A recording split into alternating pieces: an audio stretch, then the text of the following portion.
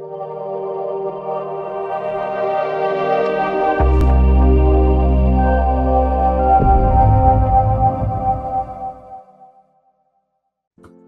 our next guest is, please welcome Nadhika Nadja, a writer, editor, researcher with over 20 years of experience in advertising, communications, journalism, and film and TV. Nadhika has been a powerful advocate for social justice, LGBTQIA+ rights, and human rights.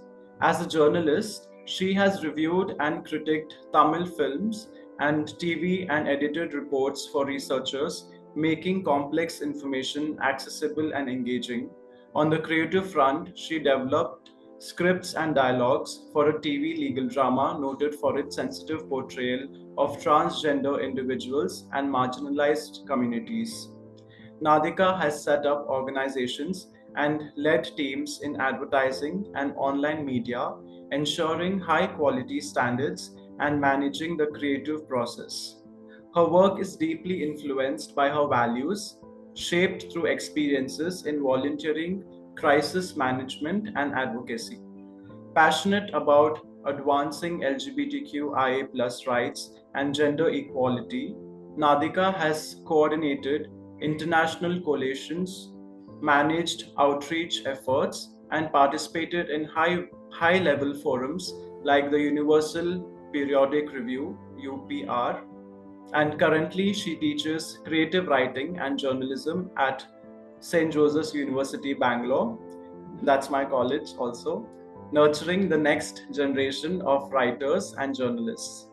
Let's give a warm welcome to Mrs. Nadhika, who is there with us. Thank you for joining, Nadhika. Nadhika. Hi Nadhika, ma'am. Thank you so much for joining us.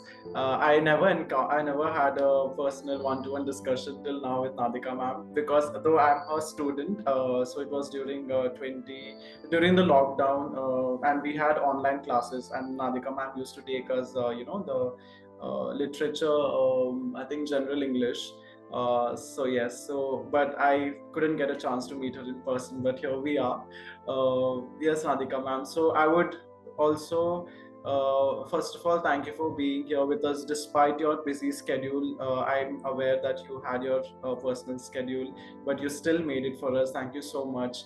And now we would really would be looking forward to get some of your experiences. I've been following Nadhika even on Twitter and seeing her tweets and getting through different spectrums of activism, how it's affecting transgender people or people from the minority groups.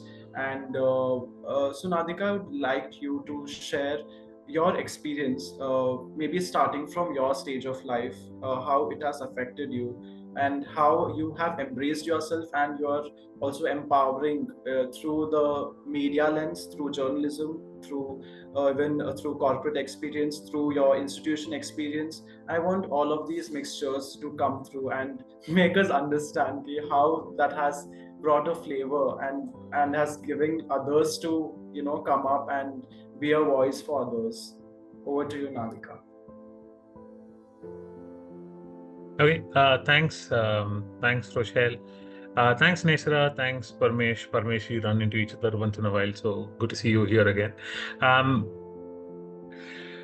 My experience is kind of, I mean, it's stuff that we've all spoken about, our self-realization and the journey we are on. So I don't want to go too much into it.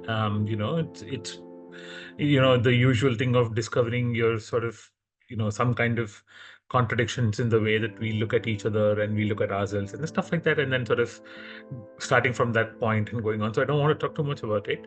I will say that, like Parmesh says, a lot of it has also been written before, so I don't want to stress it again. But the thing that what I think right now is we are now at a point in our lives, in our countries, country's history where a lot more needs to be done. We need to, we need to work together. We need to come out. We need to, that idea of, okay, I had this intention. I want to be an activist, or I want to help people like myself. But then how do we go from there, right? Because what we also need to know is that we are currently going through sort of trying times in terms of laws, in terms of the political climates and things like that. So I think it's important for us to build as many bridges as possible to as many people as possible, and sort of um, understand that we are all going through very similar sort of experiences, and sort of build that connection with each other to so encounter these things that we are, the systemic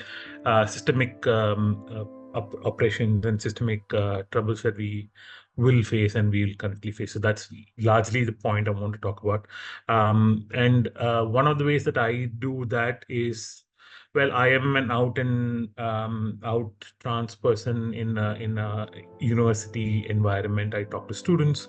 I talk to my colleague, fellow teachers. We talk about how do you address people in a classroom, what kind of things, and how do you talk about queer experiences in a classroom? How do you talk about um, when you because we are largely English teachers, for instance, right? I work within an English department. I teach journalism and English. So if it's a story, how do you talk about a story? What is the kind of experiences can you bring to that idea of teaching a tale? How do you talk about people who are not yourself, people whose lives are very different from yours? And so these are the kind of things that I try to do.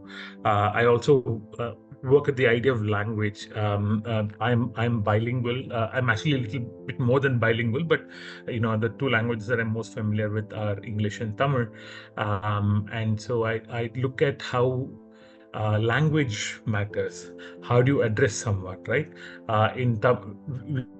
In English, we have words like transgender, which changed from the 80s and 90s when people kept saying transsexual or tranny and things like that, right? How that has now largely been made obsolete by trans people ourselves, sort of reclaiming this word transgender, reclaiming the word queer, reclaiming the word lesbian, and things like that. So language has to change, language will change, and language will evolve. Language has the ability to give us the respect we want. Language has the ability to give us the dignity and personhood and the humanness that we seek, right? And so that is one of the ways that I work with this. I work with both English and Tamil and a little bit of Kannada, a little bit of Hindi, and a little bit of other languages to talk about how you can talk about yourself, your experiences, your lives, your queerness, your attraction, your identity, and things like that. So I work with organizations in Tamil Nadu on bringing these ideas out. I was part of a small team that put together a glossary of terms in Tamil and English, of how to address people with dignity. What are the terms that people use for themselves? What are the terms that the larger? And so when you said we are a queer community, we're not one community, right? Within the queer umbrella, there are multiple communities, multiple intersections. So how do we all talk about each other? Um, and things like that. Yes, Parmesh, there is a glossary link. I will share that at the end of maybe at the end of the session. Um, yes, so the idea is to build that kind of expression, right? In our English language, in our Tamil, in our Hindi, in our Kannada, in our Malayalam, whatever, right? To use those terms in a way. So that glossary has now been adopted by the state government of Tamil Nadu post a couple of hearings with the Madras High Court that sort of looked into these things. So that's one kind of work that I'm trying to do, and using language in better ways, using language with a bit more dignity, a bit more power, and bit more sympathy and empathy and understanding. So those are the kinds of things that I do, working with local organizations to strengthen their capacity, doing trainers for security, for DEI. Actually, now we are moving on from DEI to something called ESG, apparently, environment, sustenance, and governance. Equity, and things like that. So that's the kind of work that I do, apart from the core thing that I do, which is teaching English and journalism.